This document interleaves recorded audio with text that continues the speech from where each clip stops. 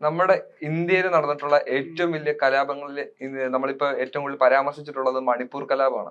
മണിപ്പൂർ കലാപത്തെ പറ്റി ഇപ്പോൾ അധികം ആരും ചർച്ച ചെയ്യുന്നില്ലെങ്കിൽ പോലും വളരെ വലിയ പ്രശ്നങ്ങൾക്ക് മണിപ്പൂർ കലാപം കാരണമായിട്ടുണ്ട്.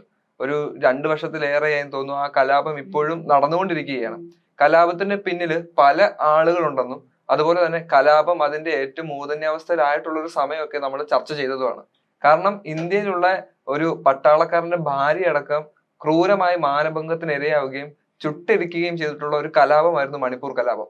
മാത്രമല്ല, മണിപ്പൂർ കലാപം നടക്കുന്ന ഒരു സമയത്ത് മണിപ്പൂരിൽ എന്ത് സംഭവിക്കുന്നു എന്നുള്ളതോ അല്ലെങ്കിൽ മണിപ്പൂരിൽ എന്തൊക്കെ കാര്യങ്ങൾ നടന്നിട്ടുണ്ട് എന്നുള്ളതിനെ പറ്റിയൊന്നും യാതൊരു വിധത്തിലുള്ള അറിയുന്നില്ല, പുറത്തറിയുന്നില്ല. കാരണം അവിടെ ഒരു കലാപം നടന്നു കഴിഞ്ഞാൽ അവിടുത്തെ അധികാരികൾ ആദ്യം ചെയ്യുന്ന ഒരു കാര്യം ഇന്റർനെറ്റ് കട്ട് ചെയ്യുക. അവിടെ ആളുകളെ കയറ്റാനോ ഇറക്കാനോ യാതൊരു വിധത്തിലുള്ള സംവിധാനങ്ങളും അവർ സൃഷ്ടിക്കുന്നില്ല എന്നുള്ളതാണ് ഏറ്റവും പ്രധാനപ്പെട്ട കാര്യം.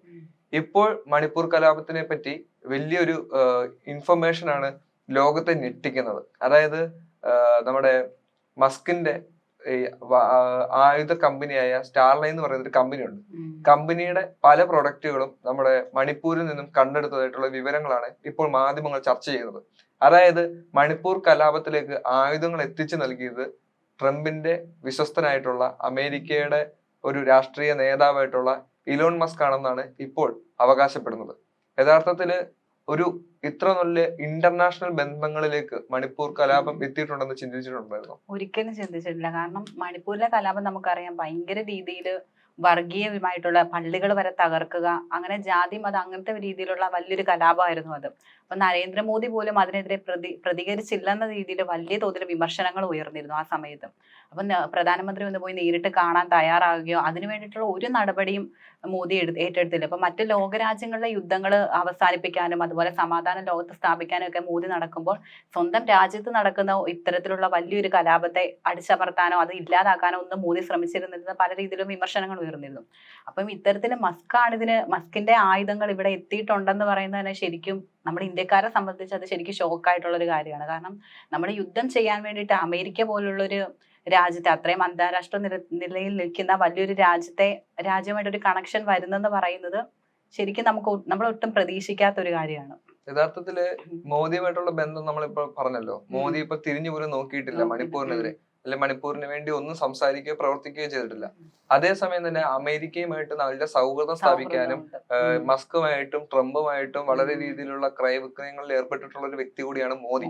ആ ഒരു സമയത്ത് ഈ ഒരു കാര്യം ഉറപ്പിക്കാൻ വേണ്ടി പറ്റുന്ന പല തെളിവുകളും അതിന്റെ പിന്നിലില്ല. കാരണം മോദി ഇപ്പോൾ അമേരിക്കയെ സപ്പോർട്ട് ചെയ്യുന്നു, അവരുമായിട്ടുള്ള ബന്ധം കൂടുതൽ ദൃഢമാക്കുന്നു.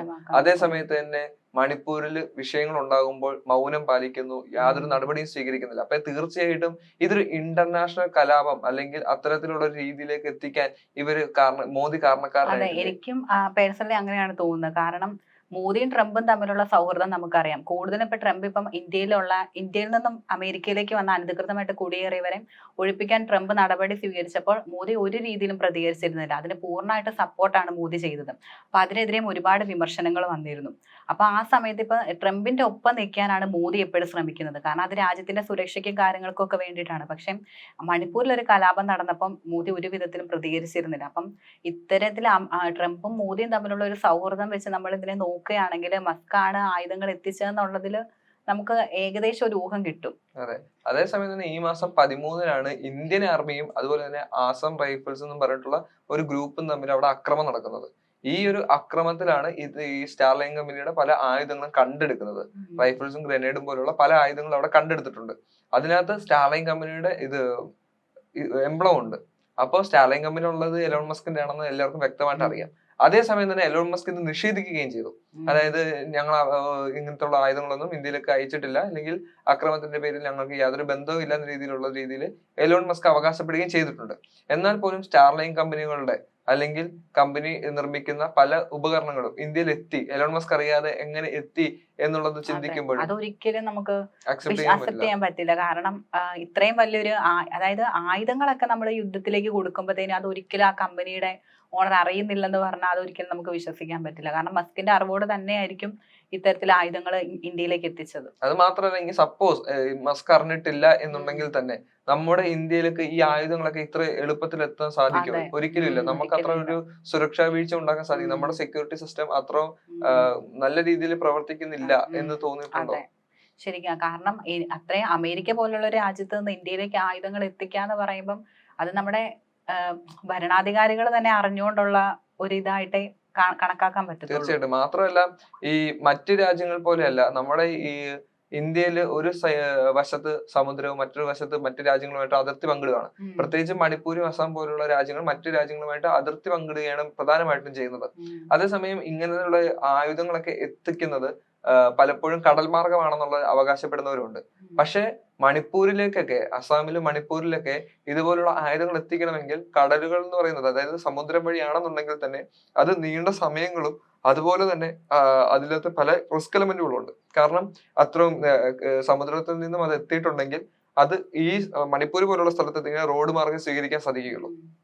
അപ്പൊ നമ്മുടെ ഈ റോഡ് മാർഗം എത്തിപ്പെടാനുള്ള ഒരു സാധ്യതകളും നമ്മുടെ എത്രത്തോളം ചെക്ക് പോസ്റ്റുകൾ, സൈന്യങ്ങള്, പോലീസുകാര് അങ്ങനെയുള്ള പലരും ഉണ്ടായിട്ടും അല്ലെങ്കിൽ അത്തരത്തിലുള്ള പല ചെക്കിംഗ് ആയിട്ടുള്ള നടപടികൾ സ്വീകരിക്കുമ്പോഴും അതിനൊന്നും ഇത് എത്താതെ, അതിനൊന്നും ഇത് കണ്ടുപിടിക്കാതെ കറക്റ്റ് ആയിട്ട് ഈ ഒരു സ്ഥലത്ത് ഈ ആയുധങ്ങൾ എത്തിയിട്ടുണ്ടെങ്കിൽ നമ്മുടെ സുരക്ഷാ വീഴ്ച, ഇല്ലെങ്കിൽ നമ്മുടെ കേന്ദ്ര സർക്കാർ അടങ്ങുന്ന ഭരണാധികാരികൾ ഇതിനെ സപ്പോർട്ട് ചെയ്തതുകൊണ്ടല്ലേ? അതെ. അപ്പം നമുക്ക് ട്രംപിന്റെയും മോദിയുടെ സൗഹൃദം വെച്ച് നോക്കുമ്പോൾ മോദി അറിഞ്ഞുകൊണ്ട് തന്നെ ഈ ആയുധങ്ങൾ അവിടെ എത്തിച്ചതായിട്ടാണ് നമുക്ക് അങ്ങനെ പറയാൻ കഴിയത്തുള്ളൂ. കാരണം മോദി അതിൽ ഇതുവരെ ഒരു പ്രതികരണം നടത്തിയിട്ടില്ല. ഒരു രാജ്യത്തെ ഭരണാധികാരി എന്ന നിലയിൽ ഒരു കലാപം ഉണ്ടാകുമ്പോൾ അത് നിർത്തേണ്ടത് ഭരണാധികാരിയുടെ ഉത്തരവാദിത്തമാണ്. ആ രീതിയിലൊന്നും അദ്ദേഹം പ്രവർത്തിച്ചില്ല. ഒന്ന് സന്ദർശിക്കാൻ പോലും മോദി തയ്യാറായിട്ടില്ല. അപ്പം ആ ഒരു ആ യുദ്ധത്തോട് മോദിക്ക് ഒരു മോദി അതിനെ സപ്പോർട്ട് ചെയ്യുന്നതിന് തന്നെ അതാണ് അതിൽ നിന്ന് മനസ്സിലാകുന്നത്. അപ്പം മസ്കാണ് ഇത്തരത്തിലൊരു ആയുധങ്ങൾ ഇവിടെ എത്തിച്ചെങ്കിൽ അത് മോദിയും അറിഞ്ഞുകൊണ്ട് തന്നെ ആയിരിക്കും. അത് മാത്രമല്ല, ഇപ്പോൾ ട്രംപ് അവകാശപ്പെടുന്നത് പോലെ അല്ലെ, മോദി അവകാശപ്പെടുന്ന പോലെ തന്നെ ഈ ഒരു കലാപം അവസാനിപ്പിക്കാൻ വേണ്ടി പല കാര്യങ്ങളും ചെയ്തിട്ടുണ്ട് എന്ന് പറയുന്നുണ്ട്. അതായത് മോദി പല രീതിയിലും ഇതിനെല്ലാം അവസാനിപ്പിക്കാൻ വേണ്ടി പല കാര്യങ്ങളും ചെയ്തിട്ടുണ്ട് എന്ന് പറയുമ്പോൾ പോലും ഇതുവരെ അദ്ദേഹം മണിപ്പൂർ സന്ദർശിച്ചിട്ടില്ല. യഥാർത്ഥത്തിൽ അദ്ദേഹം ചെയ്യുന്ന ക്രൂരതയാണ്. വയനാട്ടില് ദുരന്തം ഉണ്ടായപ്പോൾ പോലും അദ്ദേഹം സന്ദർശിച്ചിരുന്നു. പക്ഷെ എന്നിട്ട് പോലും അത്രയും വലിയൊരു കലാപം നടന്നിട്ട് പോലും അത് എത്രമാത്രം ആളുകളെയാണ് കൊന്നത്, അതുപോലെ തന്നെ പീഡിപ്പിക്കപ്പെട്ടു, അതുപോലെ ഒരുപാട് ആക്രമണങ്ങളാണ് അവിടെ നടന്നത്. എന്നിട്ട് പോലും അത് സന്ദർശിക്കാൻ മടി കാണിക്കുമ്പോൾ അതിന്റെ പിന്നിൽ ഒരു കാരണമുണ്ട്. തീർച്ചയായിട്ടും ഉണ്ട്. മാത്രമല്ല, നമ്മുടെ പ്രതിപക്ഷ നേതാവായ രാഹുൽ ഗാന്ധി വളരെയധികം കാര്യങ്ങൾ മണിപ്പൂരിന് വേണ്ടി ചെയ്തപ്പോൾ അദ്ദേഹത്തെ വിമർശിച്ചിട്ടുള്ള ഒരു വ്യക്തി കൂടിയാണ് നമ്മുടെ മോദി. അതായത് പ്രതിപക്ഷം എന്ന നിലയ്ക്ക് അദ്ദേഹം ചിലപ്പോൾ വിമർശിക്കാം, എന്നാൽ പോലും അദ്ദേഹം ചെയ്യാത്ത പല കാര്യങ്ങളും രാഹുൽ ഗാന്ധി ചെയ്തു കൊടുത്തു. രാഹുൽ ഗാന്ധി അടക്കം പറഞ്ഞിട്ടുണ്ട്, മോദിക്കെതിരെ വിമർശനങ്ങൾ ഉയർത്തിയിട്ടുണ്ട്. എന്തുകൊണ്ട് സന്ദർശിക്കുന്നില്ല, അതിനൊരു നടപടി എടുക്കുന്നില്ല. കാരണം മോദി ആ സമയത്ത് മറ്റ് വിദേശ രാജ്യങ്ങളൊക്കെ സന്ദർശിക്കുകയും അവിടെ സമാധാനം സ്ഥാപിക്കാനൊക്കെ ആയിരുന്നു ശ്രമിച്ചുകൊണ്ടിരുന്നത്, ഈ കൂടുതലും ഈ യുദ്ധങ്ങൾ നടന്നുകൊണ്ടിരുന്ന സമയത്ത്. അത് മാത്രമല്ല, ഈ ഇന്ത്യയിലൊക്കെ ഇപ്പോൾ കലാപം രൂക്ഷമാകുന്നതിന്റെ പ്രധാനപ്പെട്ട കാരണം മോദിയുടെ ഭരണം തന്നെയാണെന്ന് പരാമർശിക്കുന്നുണ്ട്. കാരണം അദ്ദേഹം മുഖ്യമന്ത്രിയായിരുന്ന സമയത്തായിരുന്നു ഗുജറാത്ത് കലാപം ഉണ്ടാകുന്നത്. ഗുജറാത്ത് കലാപത്തെ പറ്റി ഇപ്പോൾ സിനിമ ഇറങ്ങിയപ്പോൾ പോലും അതിനെ സപ്പോർട്ട് ചെയ്തുകൊണ്ട്, ഗുജറാത്ത് കലാപത്തെ സപ്പോർട്ട് ചെയ്തുകൊണ്ട് മോദി രംഗത്ത് വരികയും ചെയ്തിട്ടുണ്ട്. ഇപ്പൊ മണിപ്പൂരിൽ ഒരു കലാപം ഉണ്ടാകുമ്പോൾ അവിടെയും അദ്ദേഹം കലാപത്തിന് നേതൃത്വം നൽകുന്നവർക്കാണ് സപ്പോർട്ട് ചെയ്തുകൊണ്ടിരിക്കുന്നത്. അവിടെ അടിച്ചമർത്തപ്പെടുന്നവർക്കോ അല്ലെങ്കിൽ അവിടെ ഇല്ലാതാകുന്നവർക്കോ വേണ്ടി അല്ല അദ്ദേഹം സംസാരിച്ചിട്ടുള്ളത്. അദ്ദേഹം അപ്പോൾ അവിടെ ഈ കലാപം ആരാണോ സൃഷ്ടിച്ചത് അവരെ സപ്പോർട്ട് ചെയ്യുന്ന രീതിയിലുള്ള സംസാരങ്ങളും അല്ലെങ്കിൽ അവർക്ക് അനുയോജ്യമായ രീതിയിലുള്ള നടപടികൾ സ്വീകരിച്ചിട്ടുള്ള ഒരു പ്രധാനമന്ത്രിയാണ് മോദി. അപ്പോൾ അവിടെ ഇത്തരത്തിലുള്ള യുദ്ധങ്ങൾ ഉണ്ടാക്കാൻ കാരണവും ആയുധങ്ങൾ എത്തിക്കാനും ഏറ്റവും പ്രധാനപ്പെട്ട ഒരു കാരണം മോദിയായിട്ട് മാറിയിട്ടുണ്ട്. അപ്പോൾ ഇത്രയും വലിയൊരു കമ്പനിയുടെ അല്ലെങ്കിൽ ഇത്രയും വലിയ ആയുധ ശേഖരണമുള്ള അമേരിക്കയുടെ ആയുധങ്ങൾ ഇവിടെ എത്തിയിട്ടുണ്ടെങ്കിൽ അത് തീർച്ചയായിട്ടും മോദി അറിഞ്ഞിരിക്കാൻ നല്ല സാധ്യതകളുണ്ട്. അപ്പൊ യഥാർത്ഥത്തിൽ ഇത്രയും കഷ്ടപ്പാടുകൾ അനുഭവിച്ചുകൊണ്ട് ഇപ്പോഴും അവിടുത്തെ ആളുകള് ജീവന് വെല്ലുവിളികൾ നേരിടുന്ന ഒരു അവസ്ഥ ഉണ്ടായിട്ടും നമ്മുടെ മോദി ഇതുവരെ ഒരു നടപടി സ്വീകരിക്കാത്തതും അതുപോലെ തന്നെ മറ്റു രാജ്യങ്ങളുമായിട്ട് കൈകോർത്തുകൊണ്ട് ഇന്ത്യ ഇല്ലാതാക്കാൻ ശ്രമിക്കുകയാണോ എന്ന ചോദ്യം ഇവിടെ നിലനിൽക്കുന്നുണ്ട്. യഥാർത്ഥത്തിൽ അങ്ങനെ ഒരു കാര്യമാണ് നടക്കുന്നതെങ്കിൽ അതിനെ നശിപ്പിക്കാനും, അതായത് രാജ്യത്തിന്റെ സമാധാനം തിരികെ പിടിക്കാനും മോദി വളരെയധികം ശ്രദ്ധിക്കണമെന്നും അതുപോലെ തന്നെ എന്തെങ്കിലും തെറ്റുകൾ ചെയ്യുന്നുണ്ടെങ്കിൽ ഇല്ലെങ്കിൽ ചെയ്തിട്ടുണ്ടെങ്കിൽ അത് തിരുത്താനും മോദി പ്രത്യേകം ഇനിയും ശ്രദ്ധിക്കണം അവിടുത്തെ എന്നുള്ളതാണ്. കലാപം അവസാനിപ്പിക്കണം, അവിടുത്തെ ജനങ്ങളെ സുരക്ഷിതരാക്കണം. അതെ, യഥാർത്ഥത്തിൽ നമ്മുടെ രാജ്യത്ത് ഇപ്പോഴും യുദ്ധഭീഷണി നിലനിൽക്കുന്ന എല്ലാ സംസ്ഥാനങ്ങളും സമാധാനത്തിലെത്തുകയും ആളുകൾക്ക് സമാധാനപരമായി ജീവിക്കാനുള്ള അവകാശം മോദി തന്നെ ഉണ്ടാക്കി കൊടുക്കുകയുമാണ്.